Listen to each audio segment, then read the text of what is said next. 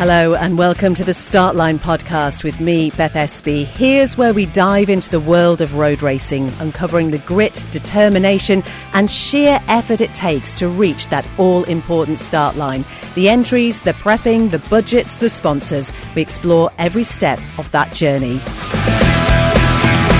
So in this episode, we meet Adam Williams. He lives here in Peel on the Isle of Man, obviously wants to be at MGP 2026 and had an absolutely brilliant 2025 season as he made his debut on the Ballown course. I began by asking Adam how long he'd been racing for. I've been racing for since 10 years ago, but with big gaps in that. And along with racing myself, I'm a data and geometry engineer in the British Supersport Championship. Well, that sounds very exciting. I should say you are the first person that I've interviewed for this podcast in person in the Startline studio, which, I mean, as you can see, is just beautiful. It's tremendously professional. Yeah, let's go with that image there, Adam. I just want to ask you, first of all, okay, so I'm assuming that you've grown up loving bikes as most people I speak to do. If you're very much younger self could see you now and see what you've done so far, what you want to do, what do you reckon little Adam would think? Definitely would have thought you were pulling his leg, I'd say. I think we're still classed as come over technically since I've only actually been here since I was 6. But yeah, came over, first year I was here, saw the TT, kind of the bug bit. Watched it every year since and done all that. But yeah, my kind of family isn't really into bike racing or what have you. I sort of was the first one that got the disease. So, I don't know if I'll pass it on. But so it had to, I think, given the lack of encouragement perhaps that there was through my teenage years, you might be a bit surprised that kind of I've gotten to where I am now. I've been, done the Southern 100 this year and competing in the No Limits Championship, which is a strong class over in the UK. Yeah, I think I'm surprised. I guess it's really difficult then, isn't it? If you don't grow up in a household that is a little bit obsessed with bikes, it's a different path to take. And I guess that might be why you didn't start perhaps at a younger age. I'm not saying you're old now by any stretch of the imagination, but do you know what I mean? It would have obviously been something that perhaps you would have wanted to start earlier. Yeah, completely. I mean, the ideal would have been, getting on schoolboy motocross when you were 12 or like getting into like mini moto when I was 8 or something like that. But no, I finished school. I managed to go to university and do engineering. And then from that, I sort of got my first taste of the motorsports engineering and building the bikes and that, because I kind of had the attitude of, well, no one's probably going to build a bike to put under me, so I should probably learn how to build one and set it up and how to run a bike myself. That got me into British Superbikes. But then, I kind of, after university, was my first year racing. So I was 20 when I first did a kind of a season. So, I think Michael Dunlop had a TT win by the time he was 24. So you're definitely starting on the back foot from that point of view. Yeah, so it can be a bit of a struggle. But being in that British Superbike world must have been, well, I don't know. Tell me what it was like, because it seems so glamorous and you've got all, there's a lot of stuff going on there. What's it like being in the thick of it? I mean, it's definitely not. There's definitely ways in which it isn't glamorous. We're all kipping in, a load of the paddock is kipping in the back of vans and we're all making it work on a shoestring. The economics of bike racing are so hard for everyone right now, even at the big national levels and what have you. So everyone's struggling by and struggling to make it work. I think the big thing it does is it just kind of builds the confidence, because you now know you've sort of seen how bikes get set up and how things get done at such a good level that it gives you the confidence when you're racing yourself to go, I know how long my tyre should be on one was for. I know what my pressure should be. I know how to set up forks properly. I know how to set up shock properly. You can do all that and have that then gives you confidence in the bike when you then go out onto circuit and you kind of, I've never really had, touch wood, I've never had doubt or bad confidence about a bike I've been on. It's always been me that I've been trying to make go quicker rather than my bike. So, yeah. What do you remember about your first ever race? It would have been over here on the island, up at Derby, on the airfield, not on the road circuit. I think if I remember right, I took the front. So I think I kind of remember that. I can't remember if I might have even got a picture in the paper from that. I can't remember. But just kind of, I think I was kind of, the big shock was, although I later learned this was a feature of Derby airfield circuit, was how kind of bumpy it was. But yeah, we got past that. I think the big thing is kind of, my guess is that a load of people would kind of look at bikes and think about the speed at kind of top speed. But the thing that kind of throws you is sort of how strong you can do the brakes on a bike like that and the force you can put through the bike and do that. But then also the lean and the kind of the corner speed. Everybody kind of thinks, okay, well, bikes generally corner slower than cars. Cars have got four wheels and more contact patch, what have you. But they do still corner quick. And so it's kind of, when you're out there, you sort of build up and then, you know, a fast lad will come by and you go, oh, right, I can do that. Okay. And so you then kind of chip away. I think that's the big thing, is getting to go out and ride with quicker people. That's the best way to learn, is ultimately throw yourself into classes with faster guys and, yeah, kind of learning from them. You see how I'm nodding sagely as if I have a clue what you're talking about there. It's one thing, isn't it, you know, being on the bike. But I sometimes think that for us who sort of watch you go by, it's really hard to get a true sense of everything that has gone into getting you to that position. Yeah, completely. If you let it and you're happy to, sometimes even if you're unhappy to, but it will take every spare bit of time, finance, effort that you've got. And it's funny, I was saying this to someone the other day about, you know, sort of less than 5% of the time you actually spend thinking about and sorting out your racing is actually time on the bike racing. It's so much time sorting parts, rebuilding machines, doing maintenance, doing checks, doing logistics. And so, yeah, it's a lot of work to get to that point where there's a bike sat there and you're setting off the start line going on it. Do you ever resent the amount of time it takes? I definitely wish I had a few helping hands, definitely. You know, a lot of guys, you know, we're very lucky sometimes, not kind of every race, but sometimes I'll have some guys who are able to help at certain race meetings. Like the Southern 100 this year was made so easy because guys Stuart and Ron and they all came over and helped out. But yeah, a lot of the time you kind of wishing you had an extra set of hands and you could kind of, stop and think and just be a rider for a change, as opposed to rider and engineer and mechanic and all that sort of stuff. That's kind of when you feel a bit aggrieved. Yeah, that's when you wish actually your passion was something like tiddlywinks. I don't know. Yeah, football. Yeah. You don't need anything for football. I wish I'd loved football. Do you not love football at all? No, but you know, it looks so easy to do. Oh, leave that in there.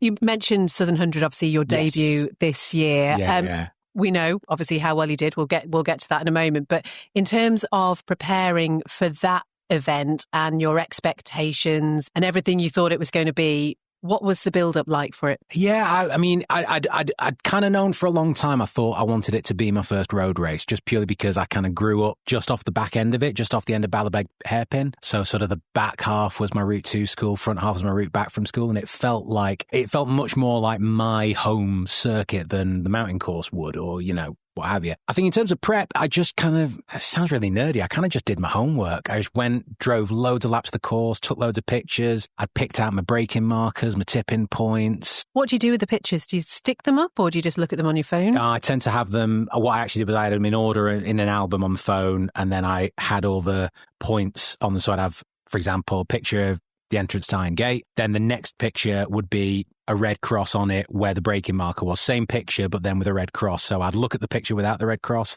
check I knew where my braking marker was, swipe the picture. Yeah, that's right. And then the same for the turn in, then same for the apex point, and do that, and went round, built that. And then I just studied and kind of honed it. And very fortunately, I got to do some laps with both Chris Palmer and Darren Slew, who know that place like the back of their hand, and were able to give me some hints and tips.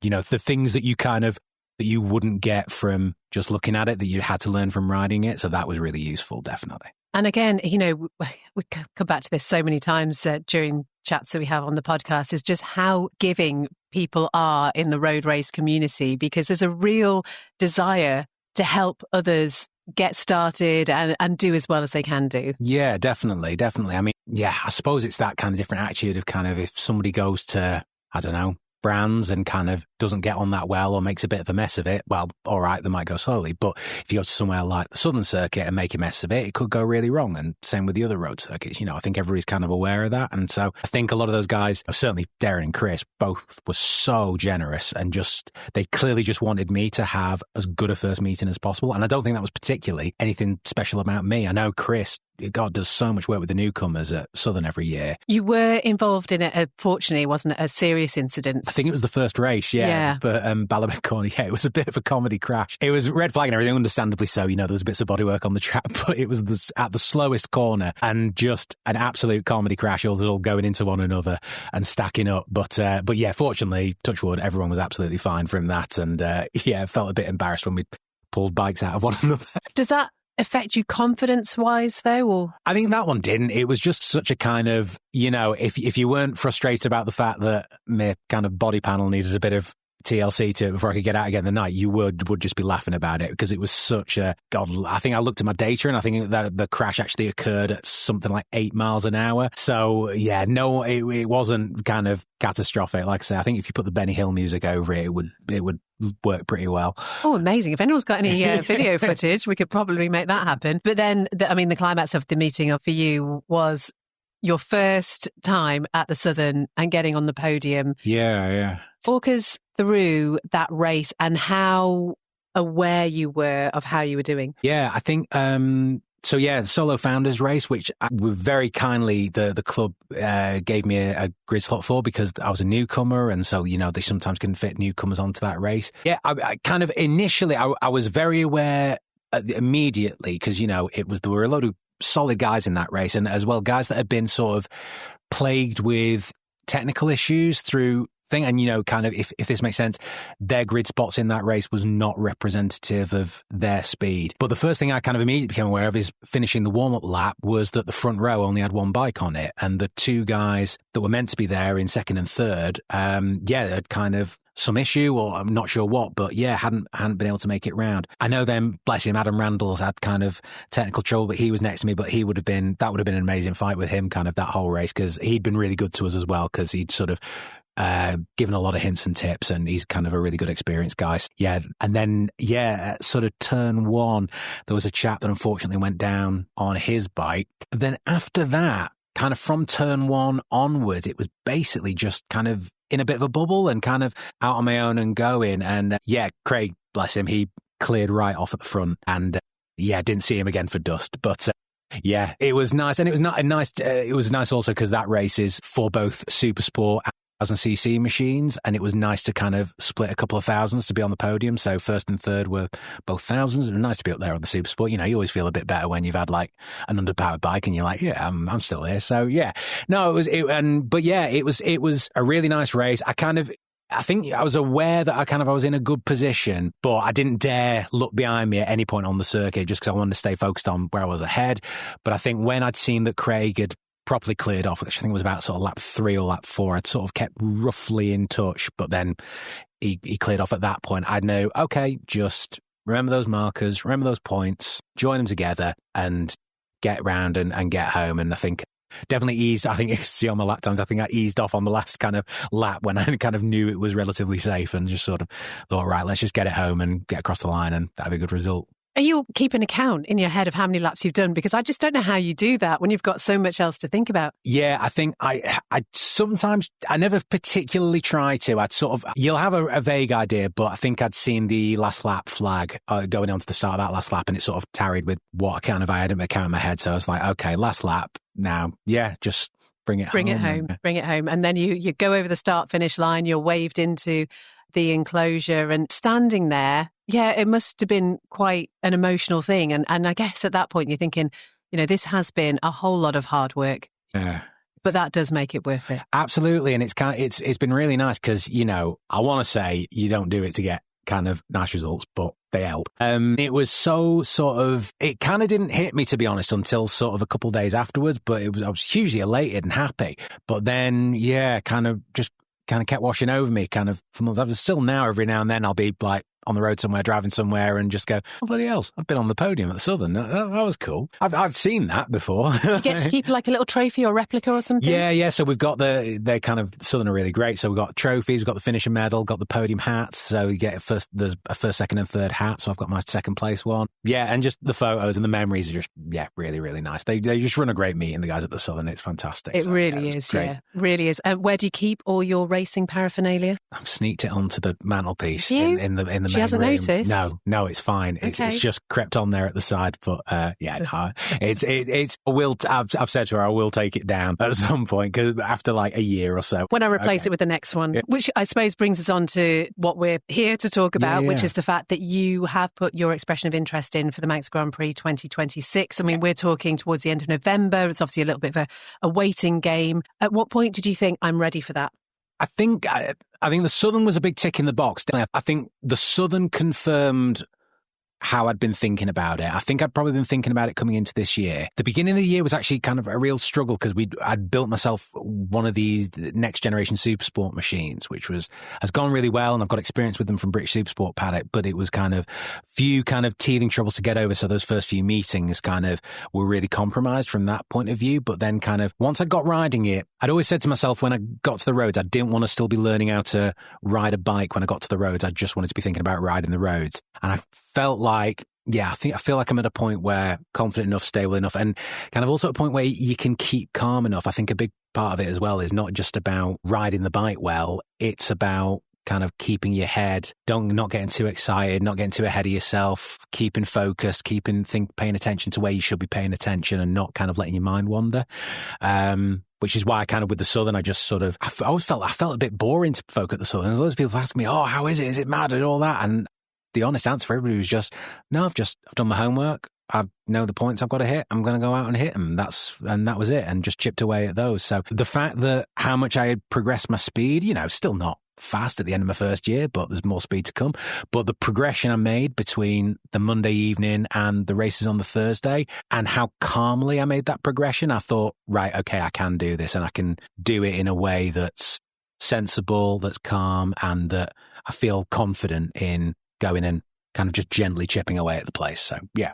I guess it's one thing doing laps and laps and laps of the Balaun course, 4.25 miles. What we're talking about, obviously the mountain, 37 3/4. Arguably, you have got an advantage because you live over here and you probably know it possibly better than maybe other people. But when you're still trying to juggle all your bike prep and a full-time job and everything else that goes on with normal life, it's not necessarily as possibly easy as it sounds, is it? No. And a couple of the riders have kind of warned me. They said, don't kind of rest on your laurels about knowing the roads you walk here, because suddenly it looks really different at 100 plus. Rest on your laurel banks. Rest on your nice. Throw that in. Nice. It can kind of lull you into a false sense of security, I suppose. So still been just doing the homework, but I've sort of been. I think this is probably true for most people as well. I think the moment you get into bike racing and you know that it's potential on the horizon, everyone's got kind of like a little bank of onboard laps that they're just watching every now and then. I know I am. If I'm ever kind of bored somewhere and I've got a bit of time spare, I'll just stick an onboard lap on and kind Anyone of in particular you watch him? Bruce Anstey. I like the way he rides. I like the way he handles a motorbike. So he's always, and if I could go half as fast as him, I'll be grateful. So you just sort of stick laps on and just kind of, so I think it's like just being over here and being into the bikes. It's like this sort of like background radiation that's just, you're constantly sitting in it and constantly aware of it, kind of without being aware of it. And so you're driving around the place, just going and running a job, and you go, okay, I'm over there. That's braking marker, tipping, apex there. I do that all the time. All the time. I suppose I'm happy to take any advantage it may give me, but I don't want to kind of assume that's all the work done for me. I want to make sure I kind of do my prep, and then I'll feel comfortable out there. In an ideal world then, if we are thinking 2026 MGP, what will you be riding? Which classes do you want to be in? So I'll be the same bike I did this year on, which is next generation Supersport Suzuki GSXR 750. The classes I'm hoping to be in the Supersport and the Senior, which are the two categories that bike's legal for. Unfortunately, I don't have a lightweight, and I'm not going to be able to, there's no going to be the funds spare to kind of build one in time to do that, which would be nice to do. And similarly, I'm not going to be able to, I think, get together a classic ride for the classic TC either. So I think it's going to be just that. And then in the build up to it, focus on, again, the No Limits Championship, which hopefully I'll be able to do, but also the hope is that I'll be able to do the Ollie's Mount and the Southern as well. Ollie's Mount, I know they've had a bit of a hard time this year because they've not been given the kind of the go-ahead to run the next generation super sports, which I know has kind of affected some of the entries that they've had towards the end of this year. But I'm hopeful that they can run those bikes next year, and I'll be able to go to Ollie's and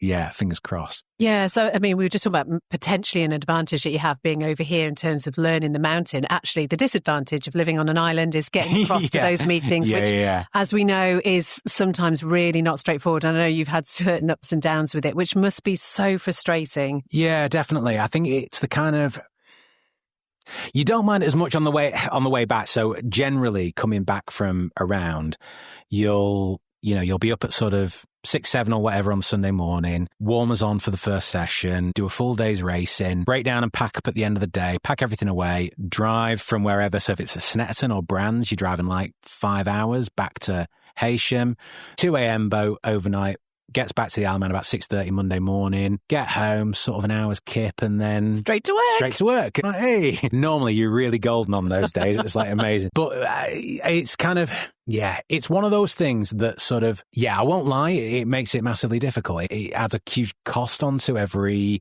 meeting, time, diesel money. It's kind of everything it adds, but it's... I sometimes think like those people that you get who talk about like running and they say, especially go run when it's awful weather, because then you look at all the people not running and you feel even better about yourself because you're raising up. You sort of screw your eyes at that. I've never quite got on board with that. But you kind of look at yourself doing it, and when you're on the 2 a.m. boat coming back, you at least... whatever you can say about the results and needing to go quicker and all the things you need to improve, you can at least say, well, there's no doubt in my commitment, and you can kind of take that from it at least. Thinking about the costs then, a question that I ask most people, sponsorship. You mentioned some of the support that you had during the Southern, presumably that's people sort of helping out with the bike and whatever, but how are things finance-wise? Yeah, I think so. Super, super lucky that we got a really great partnership with motorcycleraceparts.co.uk, and that gives us amazing access to parts through them. And Tom Tunstall, who runs that, is so brilliant and has been such a force. I mean, a name that people will know from racing. Along with that, he's just a gent, and he's also there, kind of not just with helping out with parts, but also kind of there on the end of a phone to kind of talk through racing scenarios and kind of thinking about decisions and kind of what direction to step in and just how to kind of break down a weekend, because he's got so much experience. So really super fortunate to be hooked up with them. So we're running some great parts of them. That helps a bit from that point of view. Aside from that, then it's kind of just sort of going about it on my own. It's a tricky one to do sponsorship, because I think there's basically 2 ways of going about it, as far as I can see. One is the sort of you see the people doing like the big clubs of people where everyone puts in like 40 quid or something and gets a name out and all that type of thing. And the other way is to try and find a way to a big business or to someone with decent money to find a way of making it profitable for them or make it advantageous to them to be in the paddock. And I'm yet to kind of work that one out, but I'm having a think. So if something comes up to me, you won't hear about it at all, but I'll suddenly turn up at a meeting with a nice big name on the side of my bike. So we'll see. Slingy gold helmet. Yeah?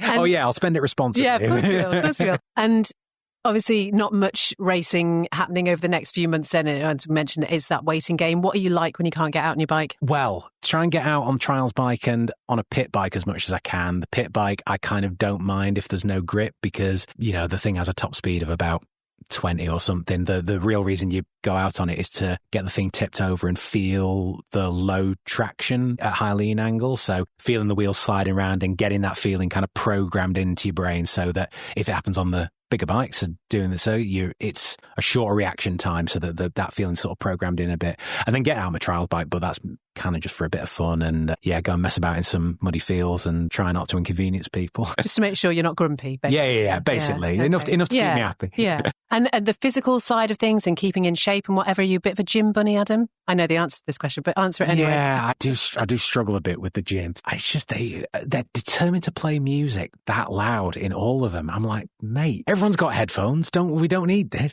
But I really like to get on my push bikes. I think particularly over here on the island, we're kind of spoilt for choice on kind of great place to go and ride. I tend to prefer riding off roads, plantations, the old railway lines, kind of footpaths and great routes like that. I kind of love to get out on my push bike and kind of go out and spin the wheels for hours. And then I am working on a few kind of key bits of strength that I need, but I am aware I'm not massive, but I'm bigger than some other guys that are out racing. So I'm very kind of always conscious of the weight and trying to keep weight down as much as possible. Yeah. And sort of trying to keep an edge on that. So that's kind of the main focus really for a lot of my training. The other thing, and I don't know whether you mind talking about this is you are a diabetic. Yes. And how does that affect you? Because I know I remember talking to Oliver Dean, who was an MGP newcomer a couple of years ago. And obviously when you get really stressed and whatever, that can affect your numbers and whatever.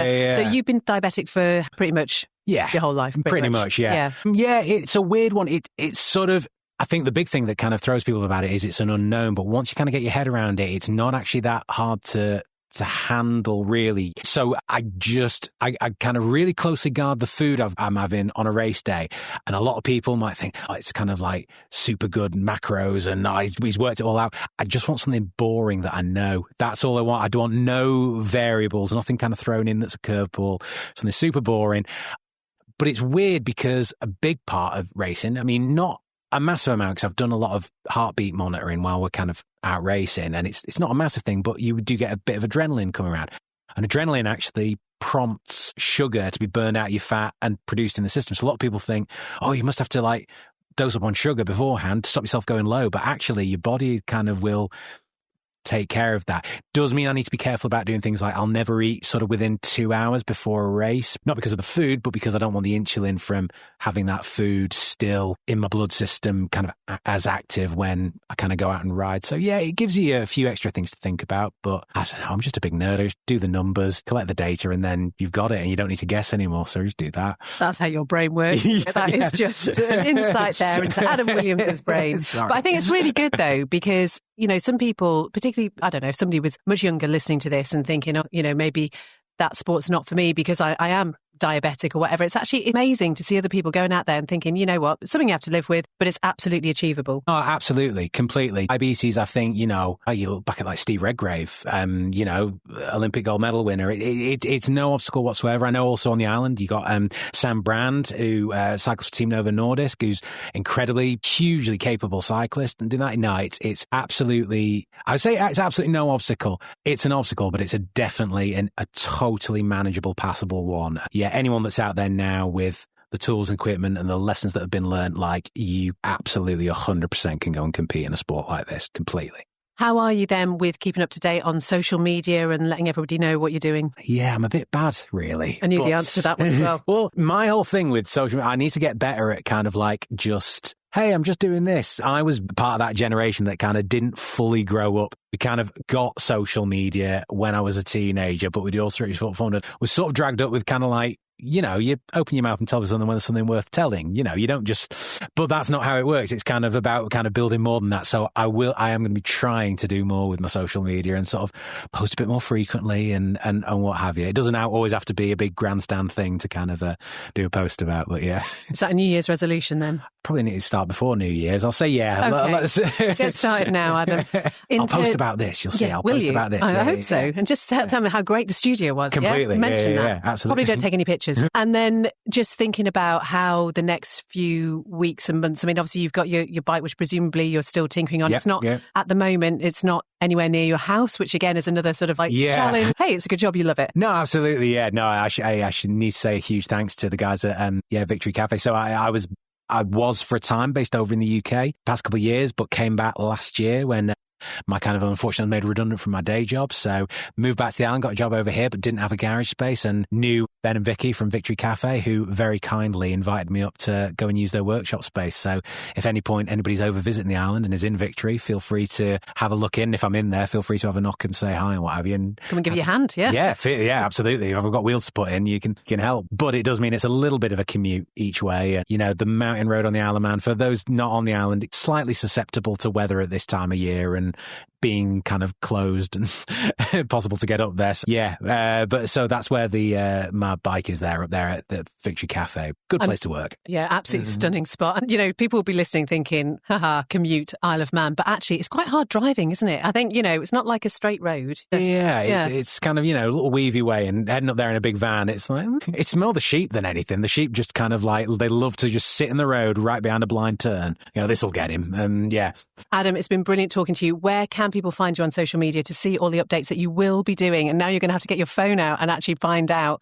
He's just reaching around here to get his phone out of his jacket. I am on a social media. Are you? Do you know which one? The one with the pictures. Instagram. Can find me at, how do you find you? Shall I just put some holding music in Yeah, here? just some holding music. To sort this out. Yeah, you can find me on Instagram. That's the one. Adam Williams Racer. And there is also a Facebook page, which is Adam Williams Racing. Yeah, with spaces. The Instagram is all one word. People know about this. I'm the one that's behind the times here. We'll put the links on the podcast page. Cheers. Adam, it's been brilliant talking to you. Honestly, every single thing crossed that you're going to get the news that you want. We will talk to you as soon as you hopefully get that approval email through. Thank you. Cheers very much.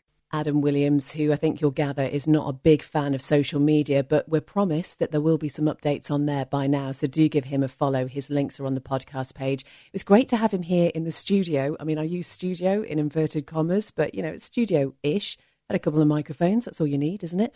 But yeah, wishing Adam all the very, very best for next year. And we will keep up to date with how he's doing.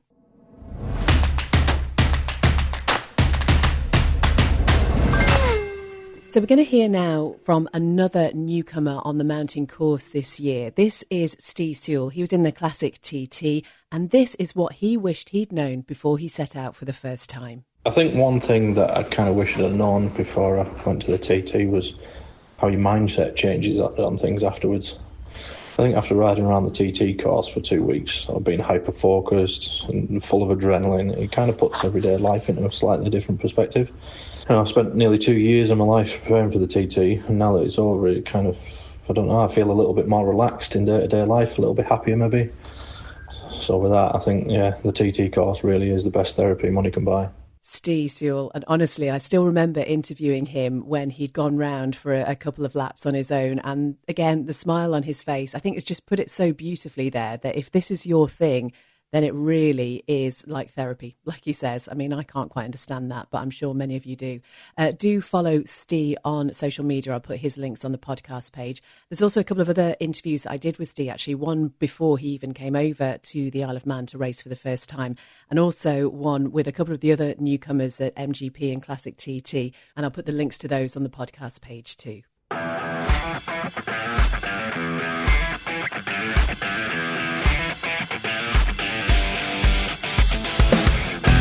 Thank you very much indeed for listening to this episode of Startline. Do take some time to find the riders on social media. Your support is very much appreciated. And if you'd like to get in touch with me and be part of the podcast in the future, you can email beth@startline.im. Until next time, take care. Bye-bye.